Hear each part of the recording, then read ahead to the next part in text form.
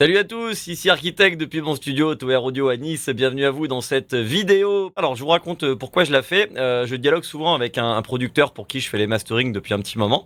D'ailleurs merci à lui, il va se reconnaître. Et sa demande pour les masters est assez simple, c'est qu'il veut du loudness, beaucoup de loudness, mais par contre le plus clean possible. Et c'est là où ça peut poser problème parce que pour avoir du loudness, il va falloir forcément compresser et limiter. Et si on limite quelque chose qui n'est pas vraiment stable, on va se retrouver avec de temps en temps je limite beaucoup, de temps en temps je limite pas trop, et on va se retrouver avec un signal qui va être compliqué à maîtriser. Je vais vous montrer tout de suite. Le problème, il est là, regardez. Voilà, donc j'ai refait sur live le kick bass parce qu'en fait le problème se posait dès le début, dès l'intro de sa musique, où en fait on avait des petites saturations, de temps en temps il y en avait, de temps en temps il n'y en avait pas, et donc ça l'embêtait. Et vous allez voir en fait ce qui se passait en gros sur son signal. Donc j'ai très rapidement reproduit son kick bass, hein, vraiment de manière basique, mais le but c'est de vous illustrer ça. Donc regardez bien.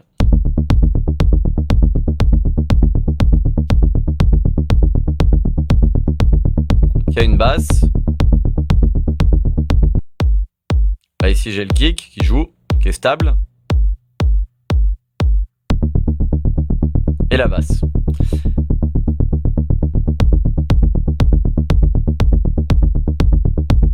Et donc le problème, on le voit bien ici, c'est que de temps en temps je limite, de temps en temps je limite pas, on est à 2,4, 1,4, de temps en temps je limite à peine, etc. Mais pour un morceau dans ce style-là, et s'il veut avoir du loudness sans saturation avec un son très clean, et ben c'est ce que je lui ai dit, il faut que ta basse elle soit très très stable. Et je lui ai dit là en l'occurrence ta basse est pas stable, je lui ai fait une capture d'écran, je lui ai montré que mon limiteur il réagissait de manière un petit peu aléatoire.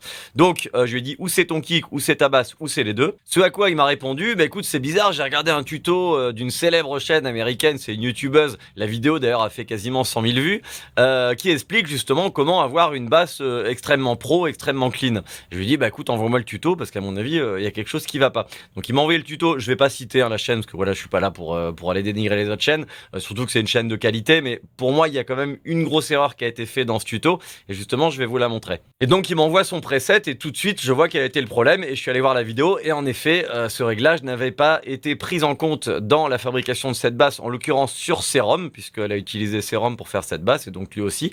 Et il y a quelque chose qui va pas et je voulais justement vous en parler aujourd'hui. Voilà, donc je vous reprends très rapidement le preset tel qu'il était proposé par la youtubeuse. Et c'est vrai que c'est plutôt intelligent. Alors dans ces vidéos il y a plusieurs stades de création de la basse et ça c'est le stade ultime pro.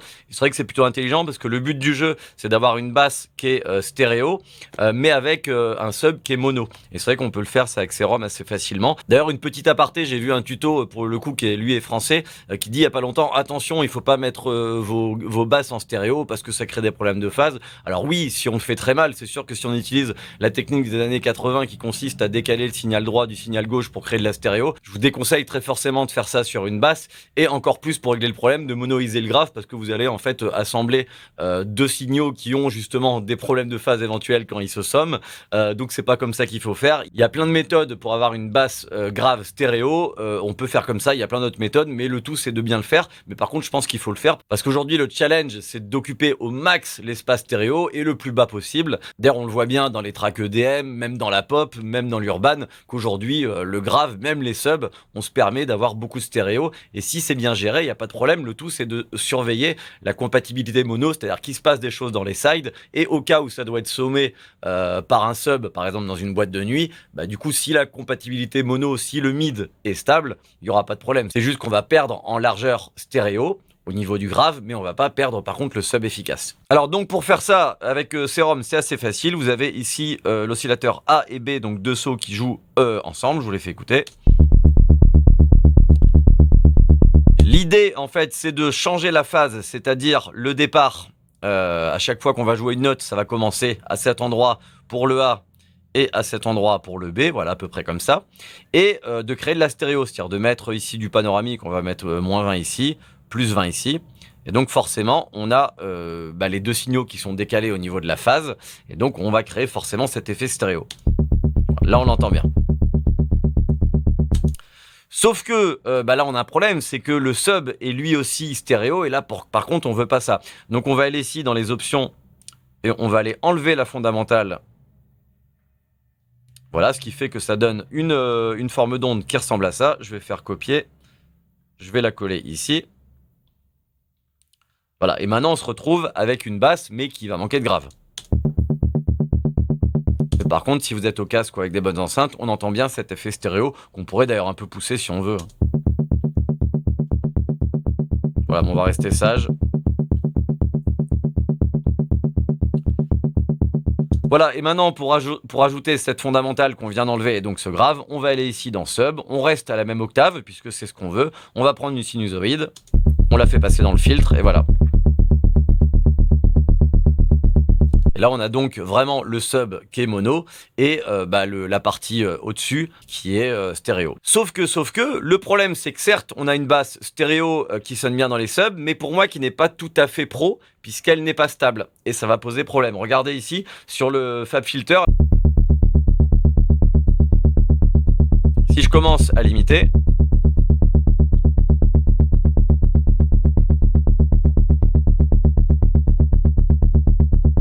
on voit très bien que la limitation, elle est pas du tout uniforme. Alors, attention, on pourrait vouloir d'une basse qui n'est pas stable. Le problème, c'est que si on veut, justement, dans le cas de ce que m'a demandé le producteur pour faire le mastering, avoir une basse extrêmement clean et beaucoup de loudness, déjà, ce qu'il faut commencer par faire, c'est stabiliser tout ça. Alors, on pourrait, pour régler le problème, rajouter du drive, saturer, clipper, etc. Mais ça va forcément créer de la saturation et pour le coup, il en veut pas. Donc, le problème, il est pas loin. Et justement, dans son tuto, elle a pas pensé, alors c'est peut-être un oubli, hein, elle n'a pas pensé à vous parler de ce bouton random. Ce bouton, il sert à quoi? En fait, il sert à randomiser la phase. C'est comme si ici, en fait, à chaque fois que j'appuie sur une note, ma phase est randomisée. Ce qui fait que on va avoir des additions de ces deux formes d'ondes qui vont être à chaque fois différentes, qui vont de temps en temps, des fois un peu s'annuler, un peu s'additionner. Et c'est pour ça qu'on a un signal justement qui n'est pas stable. Donc le random, attention de bien le mettre à 0. Je vais faire jouer en même temps pour vous montrer.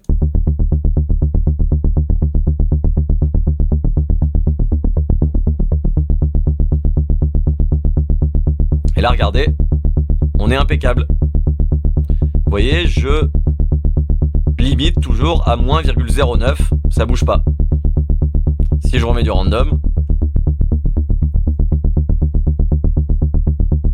1,4, 1,4, là ici non, là oui, 1,5, etc. Vous voyez que c'est pas du tout stable. Si je rajoute le kick,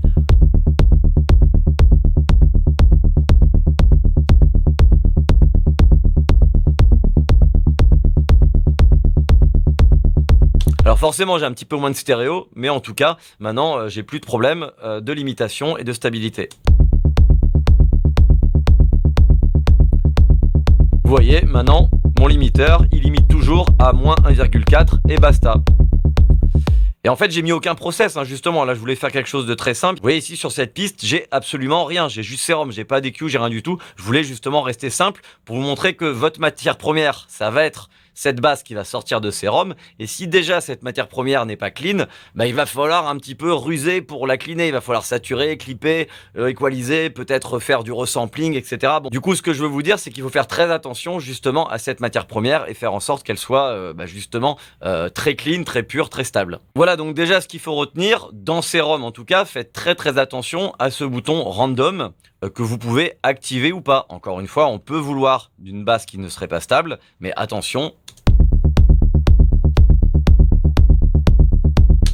Au niveau du rendu sonore et de la stabilité, ça va changer la donne. Donc là, chacun fait comme il veut. Il n'y a pas de règle, encore une fois. Mais si vous voulez quelque chose de stable, attention au random. Alors du coup, vous allez me dire, ouais, mais là, on parle de sérum, c'est un cas spécifique. Moi, j'utilise tel ou tel synthé, donc on s'en fout. Eh bien non, attention, justement, et c'est ce que je voulais vous montrer, c'est que selon les synthés qu'on utilise, notamment des synthés analo ou des synthés qui reprennent l'idée d'un synthé analo, donc des VST qui reprennent des synthés analo, on va avoir exactement le même problème. Je vous le montre ici avec le Mini Moog de chez UAD, donc une émulation du modèle D de Moog.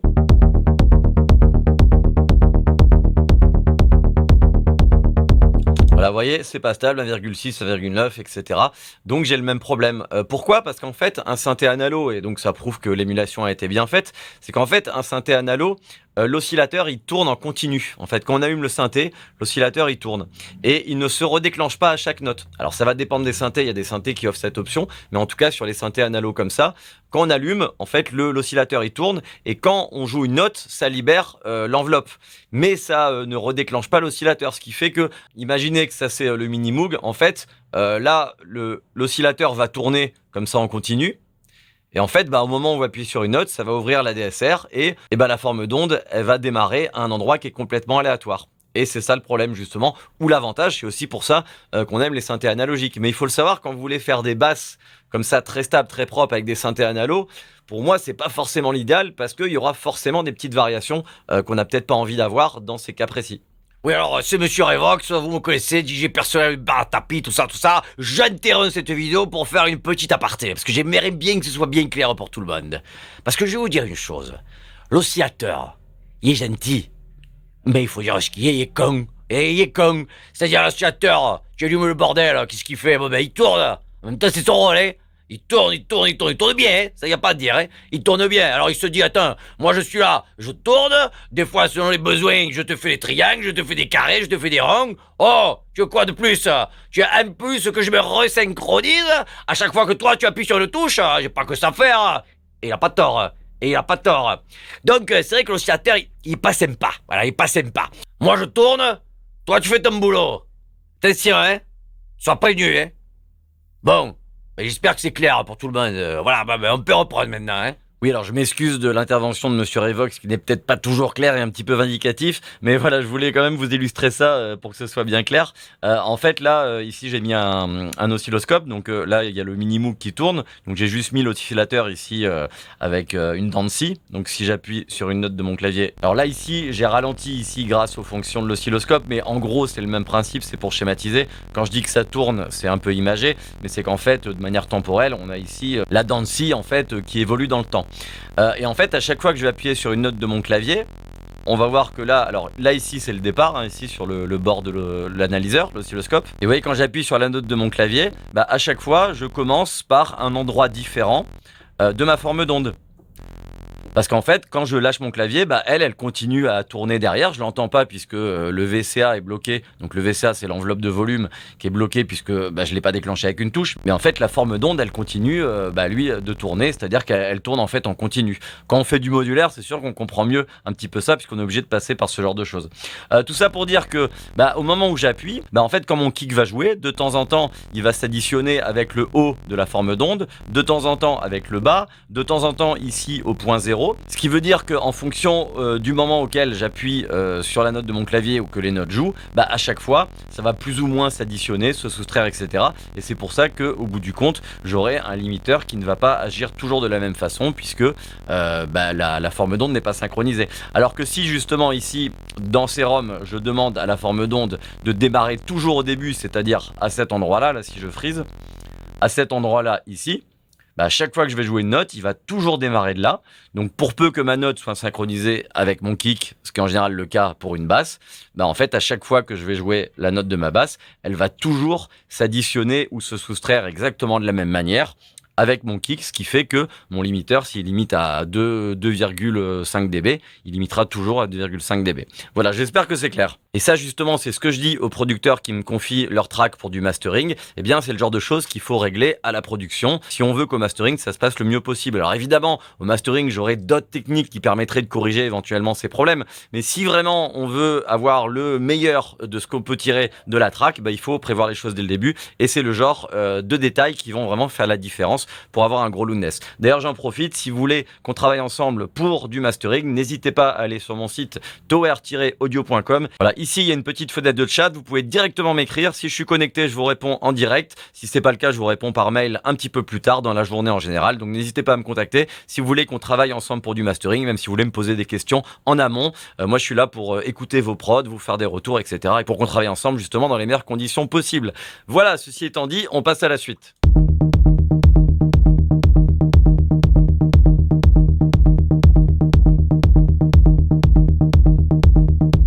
Voilà, vous avez vu là, pareil, c'est pas stable du tout. Là, on est sur une émulation du SH101 par Softube, qui est une très bonne émulation. Mais de la même manière, pourtant, il n'y a qu'un seul oscillateur. Là, on est vraiment sur quelque chose de très simple. Alors, ce qu'on pourrait faire, par exemple, c'est jouer ici avec le drive qui est dispo. Vous voyez que là, on voit bien qu'on n'est pas stable.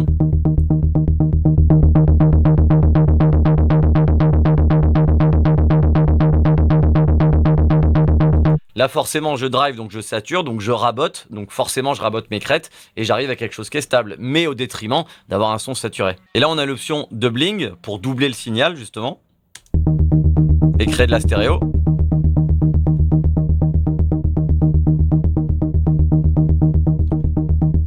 Alors on a une belle stéréo, mais par contre le problème c'est que justement c'est encore beaucoup moins stable, parce qu'en fait en créant cette stéréo, on a un déphasage du signal droit du signal gauche. C'est comme ça qu'on faisait, comme je vous ai dit, dans les années 80. Sauf qu'à un moment, les signaux, ils s'additionnent, ils se soustraient, et on a justement cette vague qui est très embêtante si on veut commencer à faire quelque chose de clean. Regardez, ici, je vais limiter, vous allez voir comme ça fluctue.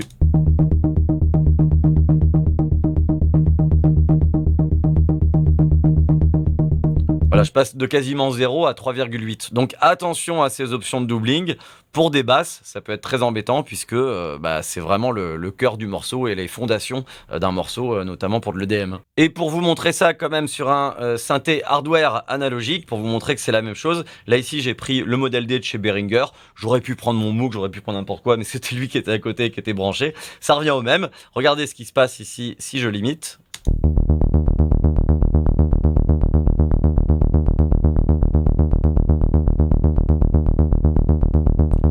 Alors c'est relativement stable, mais pas vraiment. Mais on voit quand même que le truc se tient un peu. Mais le truc c'est que là pour l'instant j'ai mis un seul oscillateur. Si j'en mets deux, vous voyez que ça va commencer à se corser.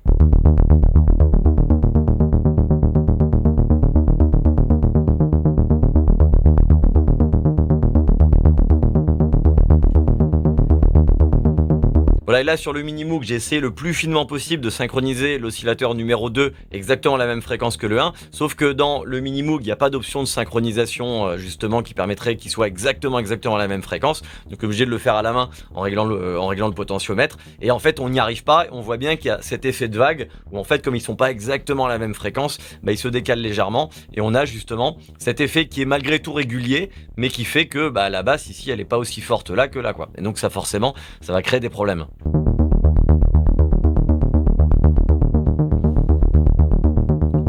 Voilà, j'ai vraiment essayé de les synchroniser, mais en fait, j'y arrive jamais. Donc, si vous utilisez un synthé analo pour faire votre basse, pourquoi pas. Mais attention, le fait de mettre un deuxième oscillateur, s'il n'y a pas d'option de synchronisation, forcément, ça va être compliqué, ça va créer des problèmes. Après, encore une fois, si jamais vous souhaitez justement avoir ce petit grain et ce côté instable, et ce côté qu'on aime bien dans l'analo, faites ce que vous voulez, il n'y a pas de problème. Alors, après le montage, je me suis rendu compte que je vous ai pas parlé de ça. Parce que oui, vous allez me dire, oui, mais moi j'ai pas sérum, alors comment je fais si j'ai pas sérum? Bon déjà, très grave erreur de ne pas avoir sérum, mais ça c'est un autre sujet. Alors, je vais vous montrer avec Diva, excellent synthé que vous connaissez sûrement. J'ai mis juste un oscillateur, donc vraiment un preset extrêmement simple, je vous montre.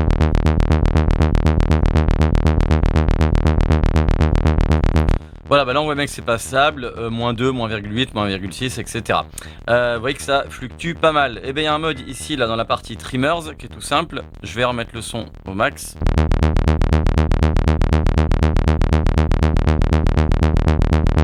Voilà, et même au niveau du rendu sonore, ça s'entend vraiment. Après, à vous de choisir, hein. Forcément, il y en a un qui est, comme son nom l'indique, plus analogue. Ça sonne un petit peu plus cracra, on va dire, mais à vous de choisir. Mais en tout cas, si vous voulez quelque chose de stable, c'est ce réglage-là qu'il faut. Voilà, et rapidement, même chose sur Serum avec un seul oscillateur. Donc là, c'est en mode phase random.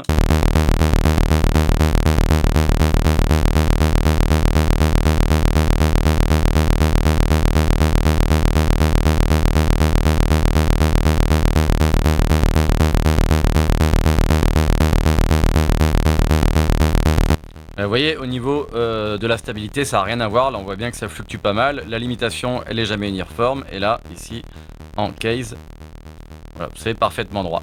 Donc voilà, je vais pas faire tous les synthés évidemment, mais c'était pour vous montrer 3 synthés célèbres. Et en fait, c'est à vous de chercher justement ce réglage. Il se peut qu'il n'y en ait pas, si c'est vraiment un synthé qui émule de l'analo. Par exemple, dans une imitation d'un Moog, on va pas forcément le trouver. Mais voilà, à vous de chercher, mais en tout cas, vous avez compris le principe. Voilà, donc pour résumer, si jamais vous souhaitez avoir une basse stable et clean dans votre morceau, faites très attention aux options de random. Alors dans les synthés qui sont numériques, justement, il y a parfois ces options, parfois elles y sont pas. À vous de chercher dans votre VST si vous pouvez les trouver et les régler. Si vous utilisez un synthé analogique hardware, prenez en compte le fait que ça ne sera pas stable, à moins qu'il y ait des options sur ce synthé hardware justement pour faire en sorte que l'oscillateur redémarre à chaque note. Mais à ma connaissance, la plupart du temps, c'est pas le cas. D'ailleurs, si vous avez un synthé qui offre cette cette option à Synthé Hardware. Je serais curieux de savoir justement quelle est la marque et le modèle pour voir un peu quels sont les constructeurs qui pensent à mettre cette option qui est pour le coup quand même intéressante. Donc c'est pour ça qu'il n'y a pas de mal justement à utiliser des synthés qui sont purs numériques parce que justement ils vont être très droits et sans variation et c'est parfois justement ce qu'on cherche et dans le cas d'une basse qu'on veut stable, bah forcément c'est parfait. Et mon conseil aussi c'est chercher à avoir des basses stéréo. N'hésitez pas vraiment à chercher à faire ces techniques là de grave dans les stéréos. Par contre là il y a beaucoup de techniques, je ne vais pas pouvoir vous en parler aujourd'hui, mais il y en a qui marchent et d'autres qui marchent pas du tout. Donc attention voilà de ne pas utiliser des techniques de stéréo qui sont un peu anciennes et qui sont vraiment plus valables aujourd'hui. En tout cas pour des styles modernes. Voilà, bah merci de m'avoir suivi. J'espère que ce petit tuto, ce petit rappel sur quelque chose que je pensais être important quand même vous a plu. Si c'est le cas, n'hésitez pas à m'encourager en mettant un like, en vous abonnant, etc. Vous connaissez la chanson. Quant à nous, on se retrouve à la rentrée pour reprendre les lives du mercredi à 19h. D'ici là, prenez soin de vous et puis bisous.